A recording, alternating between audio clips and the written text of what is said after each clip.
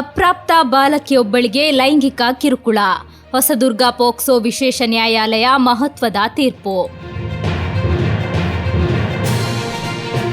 ಅಪ್ರಾಪ್ತ ಬಾಲಕಿಯೊಬ್ಬಳಿಗೆ ಲೈಂಗಿಕ ಕಿರುಕುಳ ನೀಡಿದ ಪ್ರಕರಣಕ್ಕೆ ಸಂಬಂಧಿಸಿ ಆರೋಪಿ ಮದ್ರಸಾ ಅಧ್ಯಾಪಕನಿಗೆ ಹೊಸದುರ್ಗ ಪೋಕ್ಸೋ ವಿಶೇಷ ನ್ಯಾಯಾಲಯ 14 ವರ್ಷ ಕಠಿಣ ಸಜೆ ಹಾಗೂ 40,000 ರೂಪಾಯಿ ದಂಡ ವಿಧಿಸಿ ತೀರ್ಪು ನೀಡಿದೆ.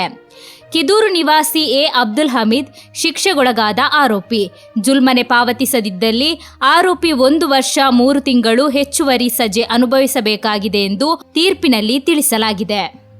ಕುಂಬಳೆ ಪೊಲೀಸ್ ಠಾಣೆ ವ್ಯಾಪ್ತಿಗೊಳಪಟ್ಟ ಪ್ರದೇಶದ ನಿವಾಸಿಯಾಗಿರುವ 12 ವರ್ಷದ ಬಾಲಕಿಗೆ 2023 ನವೆಂಬರ್ನಲ್ಲಿ ಹಲವು ಬಾರಿ ಮದ್ರಸಾ ತರಗತಿಯ ಕೊಠಡಿಯಲ್ಲಿ ಲೈಂಗಿಕ ಕಿರುಕುಳ ನೀಡಿರುವುದಾಗಿ ಆರೋಪಿಸಿ ನೀಡಲಾದ ದೂರಿನಂತೆ ಕುಂಬಳೆ ಪೊಲೀಸರು ಆರೋಪಿಯ ವಿರುದ್ಧ ಪೋಕ್ಸೋ ಕಾನೂನು ಪ್ರಕಾರ ಪ್ರಕರಣ ದಾಖಲಿಸಿಕೊಂಡಿದ್ದರು.